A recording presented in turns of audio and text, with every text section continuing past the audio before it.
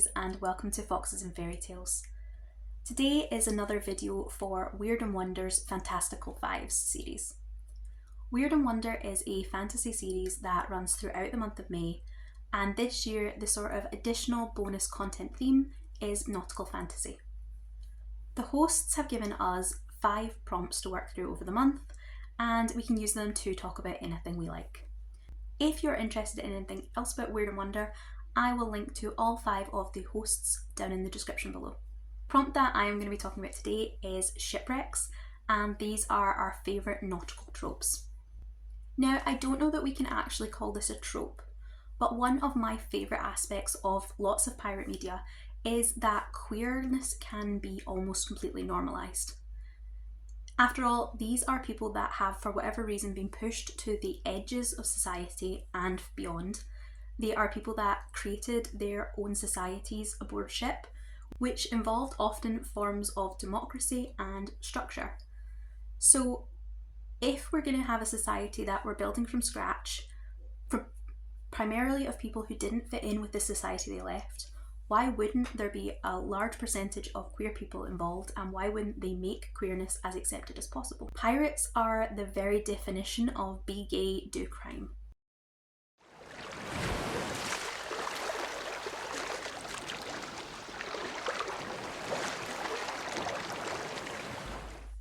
So for this topic, I am going to pick 3 books and 2 TV shows. The first book I have is Running Close to the Wind by Alexandra Rowland. Running Close to the Wind is a sort of sequel, sort of companion novel to Rowland's A Taste of Golden Iron. That was a sort of Turkish-inspired fantasy with a very political fantasy focus and a bodyguard prince romance plotline. It was quite a lush romantasy setting with a lot of kind of detail on the accounting of the kingdom. Running Close to the Wind is not that. Running Close to the Wind confused me at first because although it's in the same universe, there are none of the same characters. Some of the events are referenced, but from a distance, and that's fine. But what really confused me was the tone. Where A Taste of Golden Iron is a very lush fantasy, Running Close to the Wind is very light and it's very comedic, and it almost verges on kind of satire or ridiculousness. It definitely took me a couple of chapters to fully embrace the madness that is going on. In this we follow Arva, who has accidentally stolen the most valuable secret in the whole world. To find a buyer, Arva must seek help from his on-again, off-again ex, the pirate captain Teveri. They are far from happy to see him, but together they hatch a plan to take the information to the isolated pirate republic of the Isle of Lost Souls, fence it, profit, and then kind of be on their way. However, everything goes wrong, and Arva has a kind of magical power around his luck. So we end up with some hilarious things happening. There is a bake sale at the Pirates Republic where part of the competition is to go around and insult your competitors as creatively and passive aggressively as possible. There is a new ambassador who has his eye on Arva. And there is Brother Julian, a mysterious and beautiful new member of the crew who has secrets of his own and a frankly inconvenient vow of celibacy. If they can find a way to survive and sell the secrets on the black market, they'll be as wealthy as kings. And more importantly, they'll be legends. So this one is one that you need to kind of like your fantasy with an element of comedy. You have to be in the mood for that slightly comedy, slightly farcical element, but I do think it's a really fun time. As I said, it did take me a little while to get into it at first, so it's one I do want to reread at some point in the future.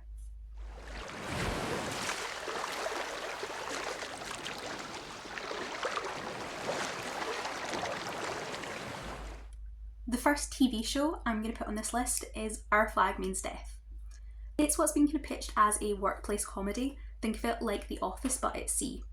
The story follows Stede Bonnet, who is a wealthy landowner who has given up everything he owns to sail at sea and become the gentleman pirate.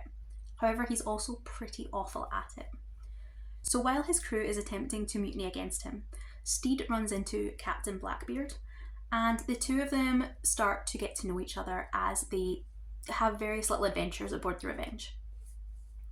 One of the things I loved about this show is how casually queer it is. Steed and Blackmoor's romance is never treated as being problematic because it's queer. It's never something that they have to overcome to be together. They do have a lot to overcome, but it's all because of their own kind of insecurities and their own messiness, rather than there being some kind of anti-queer element to the world that this exists in. The background cast are also often hilarious because there are a lot of comedians involved and there's a lot of improv, but also there's a lot of kind of casually queer relationships going on at the same time.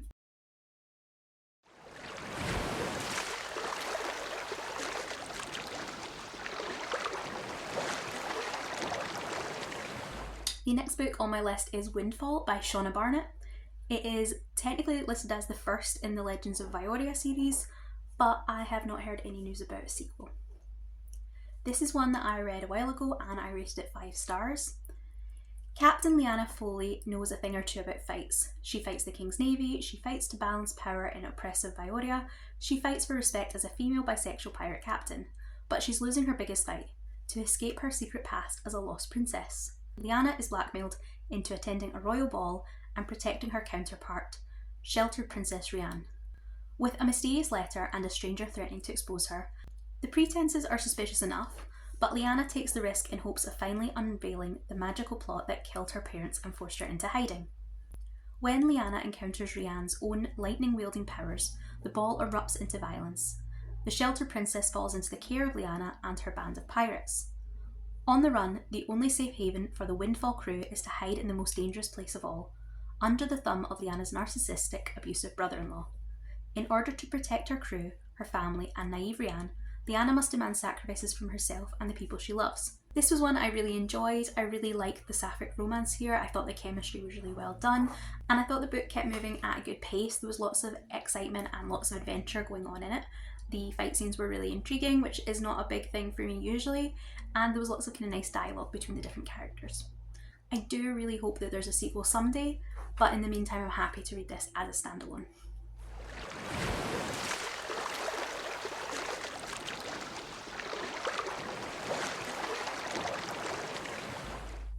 The last book on this list is technically not a nautical fantasy.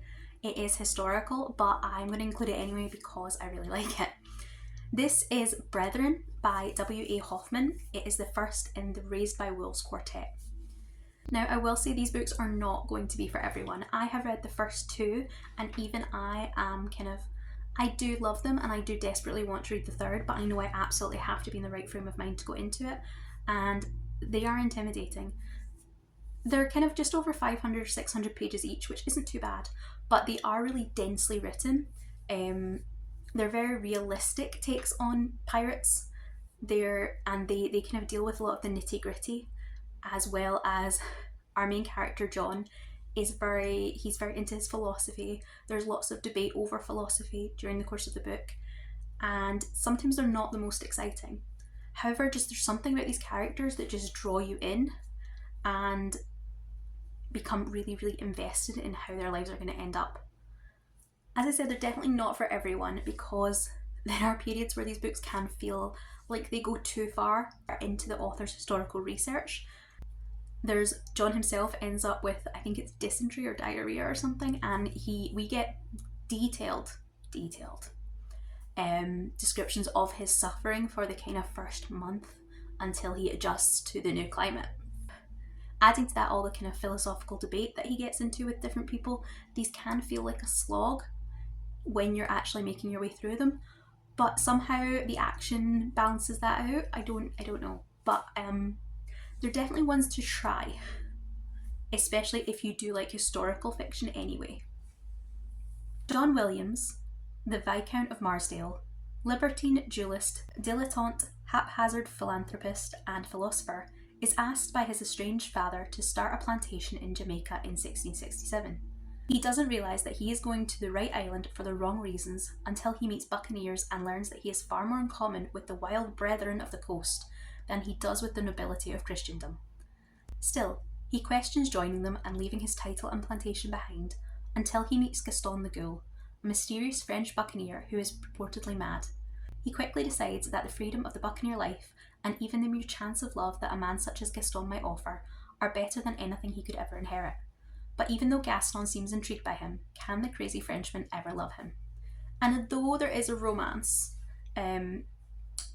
between Gaston and John throughout the book, I wouldn't call these books romance books. The romance is definitely a subplot, and I wouldn't say it's a particularly romancy romance. The relationship between them is definitely very deep and very emotional, and I think it's probably what sells the series, but it's not what I would call a traditional romance book.